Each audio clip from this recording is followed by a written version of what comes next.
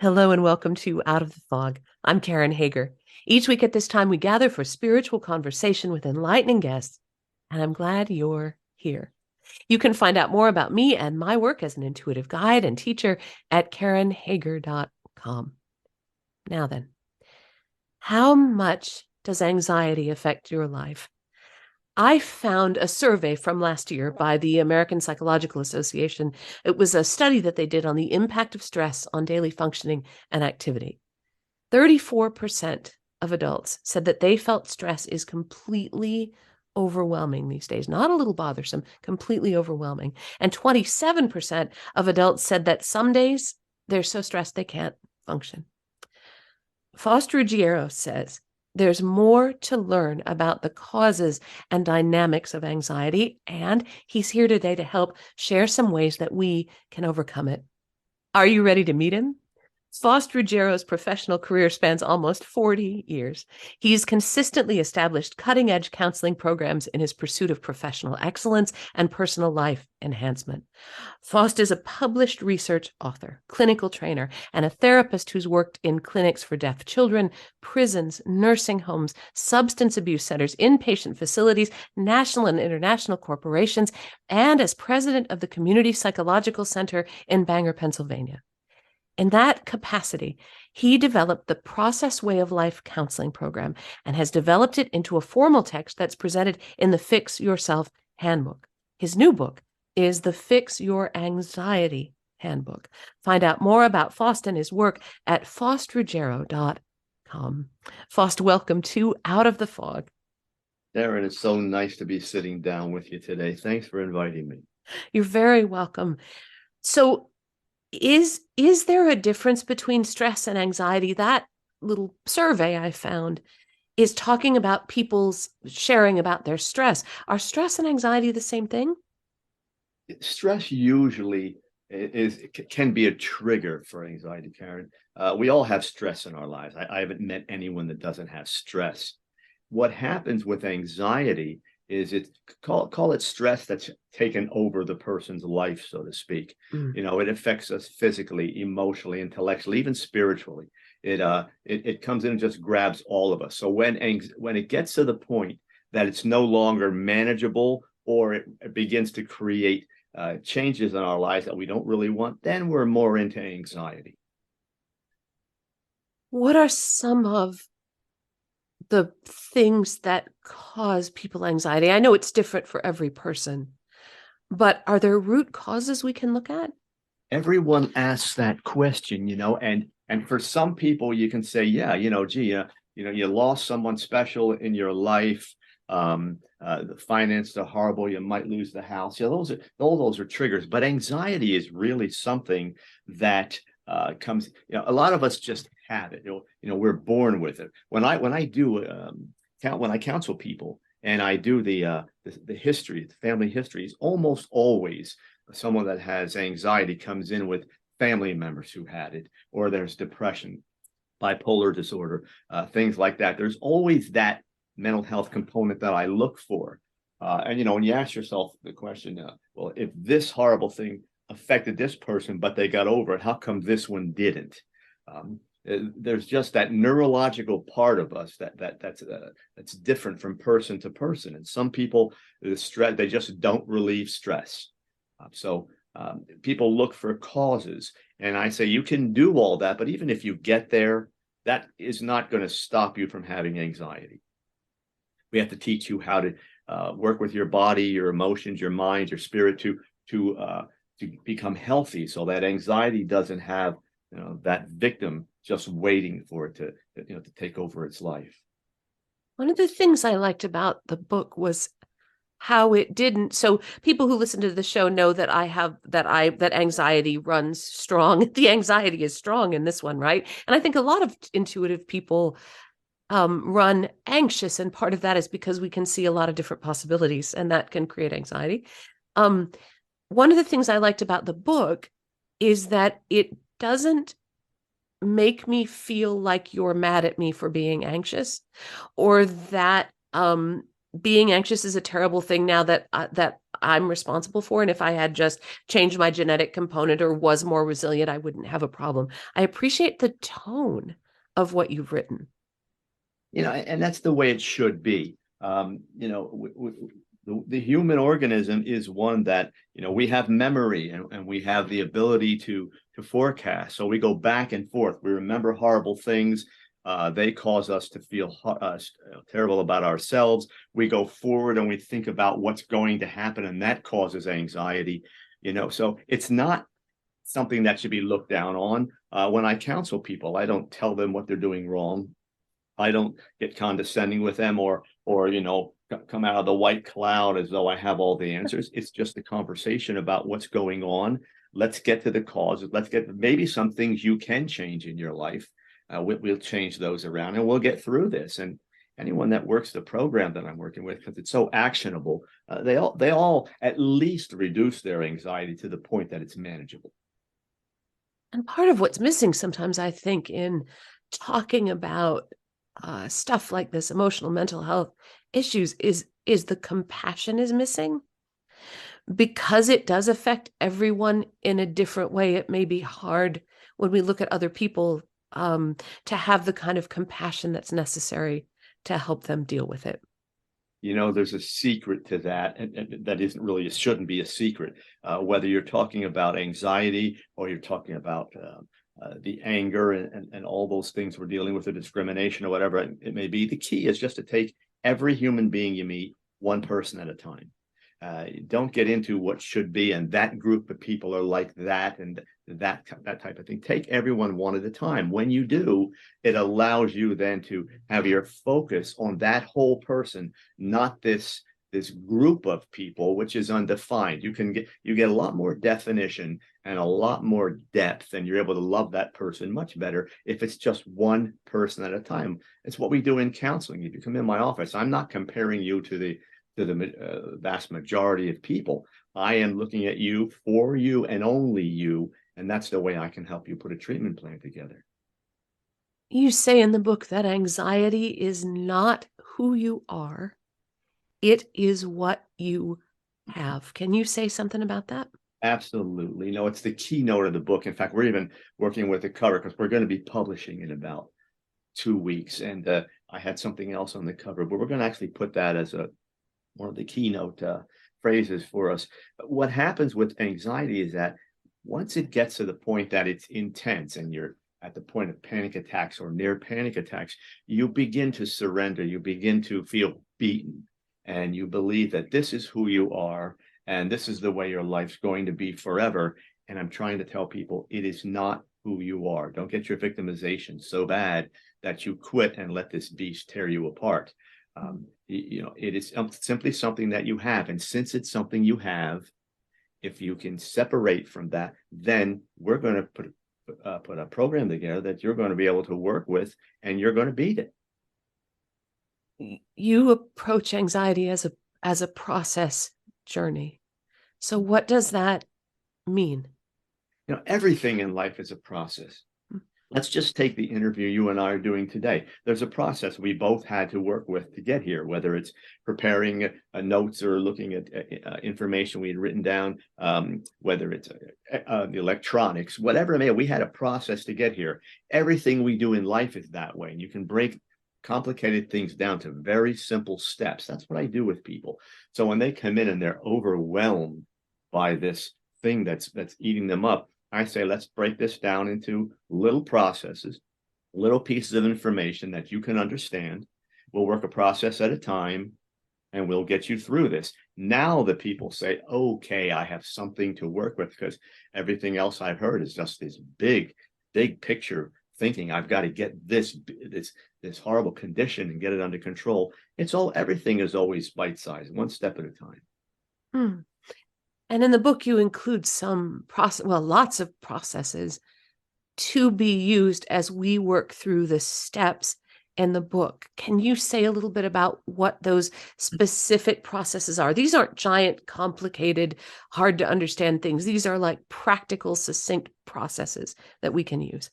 And practical is the key word. When I wrote the books, I decided that to make them simulate a counseling session. So, I want everything actionable. So the processes might be slowing down your body might be a process. Um, Getting your intellect over your emotion. It would simply mean learn how to think before you react. Simple processes like that. When we use them and we begin to learn to apply them, first learn to understand what they are, but then learn to understand to apply them in our lives, then we start making changes. What I like people to understand is that the changes that we're all making are based on our ability to learn to do something differently. That's all it is. Hmm. And learning is a function of time. That's what it's all about. A training, commitment over time. So I give people a program that has the information so they understand the particular thing we're talking about. It might be, in case of the Fix Your Anxiety Handbook, it might be learning how to work with your body better. Let's take nutrition as one part of it, and we do some of that. And I'll teach people what not to put in their body, how to put things in their body, what the right things are. So we do something like that. Then I give them all the action steps so they can do this every single day. And then what they're doing is retraining their body. Simple as that, learning over time. And once they learn to do that, it becomes natural. That's the key. Take something that wasn't natural, learn about it, work all the steps, get to the point that it becomes natural. You said that anxiety must be treated as a physical condition first. And you were just talking about maybe some nutritional ways. What are some of the changes that anxious people can make to work with that physical place of anxiety? Let's start from the simple fact that we are all human organisms. We are biological. So, everything we do, whether it's our emotions, our brain, our spirit, they're all housed, if you will, in this body. So the healthier the body is, the better we are. So we'll learn about breathing techniques. We'll learn about diet. We'll learn about sleep. We'll learn maybe exercise. We'll talk about things like yoga and prayer and meditation and things like that. We're going to get to the point that the body is as strong as it can be. When I talk about exercise, I'm not talking about going to the gym and getting your body, turning your body into some type of a place for muscles. I'm talking simply about getting yourself to the point that everything works well, that your body is strong enough so that when stress hits, it can be absorbed in a healthy fashion by your body and not turned into those neurological impulses that override everything we're doing. When anxiety kicks in, there are physical symptoms that kind of show that anxiety's kicked in, that cycle is beginning. What are some of those common physical symptoms? How can we learn to sort of recognize those in ourselves? A lot of people ask that even when they're experiencing them, because it becomes such a norm that we stop looking for them. But the first thing I always tell people is your body's going too fast. You should be able to learn how to be a calmer person. I'm not saying you're meditating and have your mantra and sitting down every day and saying Om, and that's not what I'm talking about. You can do that if you want to. I'm just saying that you should be able to say, okay, I can exhale here. I can feel some tranquility. I can feel calm. I don't have these thoughts and this stress and this tightness in my body. That's another symptom, that tightness when you get muscle pains and joint pains. Those are symptoms of anxiety. Some people overeat. Some people cannot eat. Thoughts that are going a million miles an hour. All this stuff is happening. You can see it happening. It's when I tell people, let's make a list of all the things that you feel every day physically that you don't like. It's like, I never thought about that, they say. And then they make the list and there's 5, 6, 7, sometimes a dozen things on the list. So we calm the body down first, and then we get it healthy. Again, it's compassionate. I like that very much. I know that in my own life, I have some unhealthy routines that amplify anxiety. So choices I make are things that I'm so used to doing that I just do over and over again. In the book, you talk about that as autopilot Mm, living. yes. Can you share with us some common unhealthy routines that amplify anxiety and maybe how we can start to gently break those habits? Sure, sure. Just a quick little background on this. The brain, and I'm going to break this down very, very simple components. Let's talk about the front cortex of your brain and the back. The back is where the emotions and all the autonomic things that go on automatically live. And in the front is conscious thought. So we'll just talk about it like that. Conscious thought means all the things we can rationally think about. The way the brain works is to get as much on autopilot, so to speak, things you don't have to think about all the time, so that it frees up more time for conscious thought. So as we learn something and it becomes routine, it goes back a little bit. We don't have to focus on it. Unfortunately, that can work against us because of what we're training our brain and our body to do is experience unhealthy routines. Then we repeat them over and over again without any thought at all. Example, the person that gets up in the morning and says, I'm nothing until my 3 cups of coffee and 2 cigarettes. Well, geez, think about what just happened there. You have anxiety, you pumped your body up with a whole bunch of caffeine, and then you put an addiction in the picture that will take you up and down.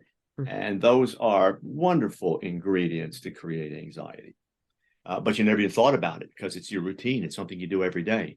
And, your sleep habits, your eating habits, all those kinds of things, we don't think about them. And a real antagonist, something that works against anxiety is conscious thought. Being able to think things through and say, okay, I can't do this. I need to do this. And then incorporating that into our daily routine. So conscious thought works against anxiety. So if I can slow it down enough to get my conscious thought back, where I'm not acting from the place of trigger or routine, when I can get that conscious thought back, I'm starting to break the cycle. You are. And people will say, but if I get conscious thought, I'm going to be thinking about my anxiety. And it's a very good question. So, let's look at that just a minute. If you're going to put conscious thought in the picture, it's conscious, positive, healthy thought. We're not asking you to wrap your conscious thought around, oh my God, I'm going to have surgery in 2 weeks. I'm going to get my hip replaced. I'm going to be out of work. I can't get around. I hope it's successful. No. It's conscious, rational thought. Conscious thought really talks about, let me think about the facts, because I teach a lot about fact finding. If you're going to think about something, think about it in a factual manner. Have all the facts. So I always tell people, let's get the facts in order. Let's get our conscious thought wrapped around those. Let's put together a plan based on those, step by step, nice and easy. And let's start working that plan. Little by little, your mind begins to make that its routine. And then we go to the next step. We make that conscious and we keep on doing that. And you're surprised how well that works.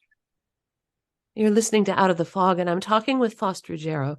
He is the author of the Fix Yourself Handbook and the new book, the Fix Your Anxiety Handbook, bringing you out of the darkness and into a brilliant new world. Faust, what do you think about medication for anxiety? Karen, in my counseling approach, medicine's always the last option I use, but I'm not someone who doesn't want any part of it. I don't want to go there. Some people can use it. It's nice to have for an as needed basis, sometimes to get people in the initial stages of anxiety when they're coming in for counseling. We'll say, well, let's get you on this. It might be a month or two, because as we start getting you through the initial phases of the counseling, we don't want you coming in and telling me there's a horrible week you had and you just couldn't calm down and sleep and you had 5 anxiety attacks. Let's start to get through that. Some of that is actually repairing the body. It's giving your body a chance to go forward without anxiety attacks, tearing at it. And then you can think logically, because we know when anxiety gets to the point of anxiety attacks, now your ability to rationally think is almost gone. So there are times when medication plays a good, healthy part in it, but we just don't want to see people rely on it. And there are too many practitioners who prescribe medication, and that's it.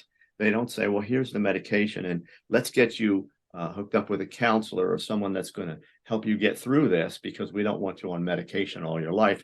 They'll put them on. I have people that come in, they've been on anti-anxiety medications or antidepressants for 10 years and nobody bothered with them. And the medication stopped working 8 years ago, and they don't even know it.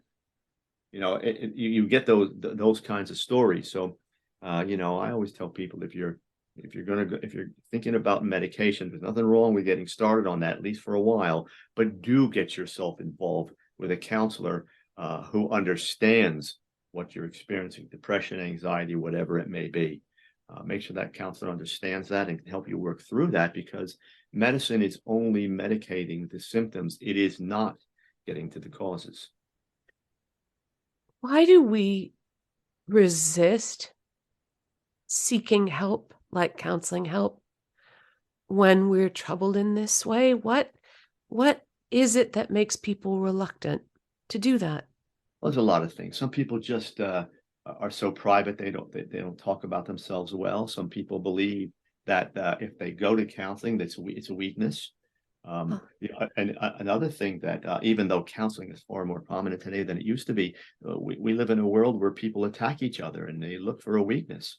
And so some people will hear that someone's going to counseling, and they'll make sure that's public. There's all those kinds of things. I just tell people, this is your life. You want to be as happy as you can. If you firmly believe you can do this on your own, that's up to you to try that. But seeking help by someone who, particularly in my case, I'm doing this 43 years. I still love doing it. I still love meeting new people and working with all my older people, and just, I look forward to them every day. If you can find someone like that and incorporate that person into your life, you'd be surprised how much changes. For listeners who are listening to this because anxiety affects them, what is the most important first step that someone could take today? If somebody's listening to this and they kind of hear themselves in what you're sharing, and they know it's time to go to work on this, what first step could they take, like right now? People ask it all the time, and I've always taken that question back to myself. What would I do if I got to the point where I said, I can't do it? And no matter what I do, I get up every day and I am just feeling horrible. I can't think straight. I'm getting in panic attacks, whatever it may be.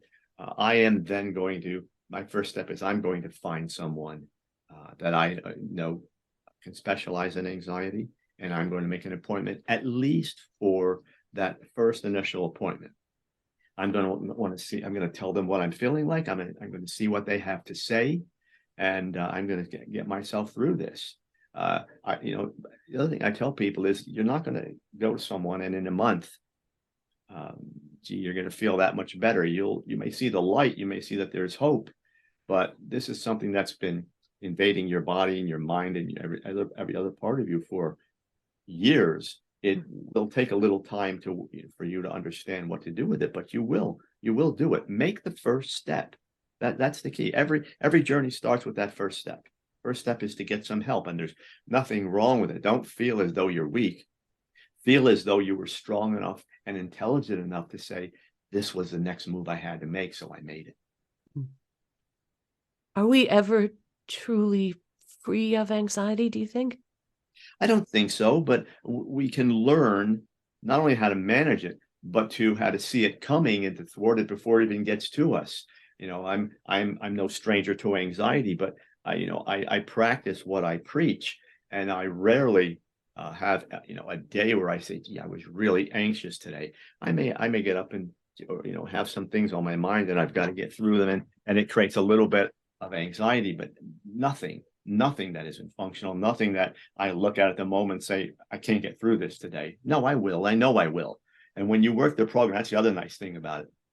When you work a program like the one that I'm teaching, you begin to realize that, okay, I'm not alone in this. And there is a program, there is a tool I can rely on, which I didn't. I was alone before and I didn't have this.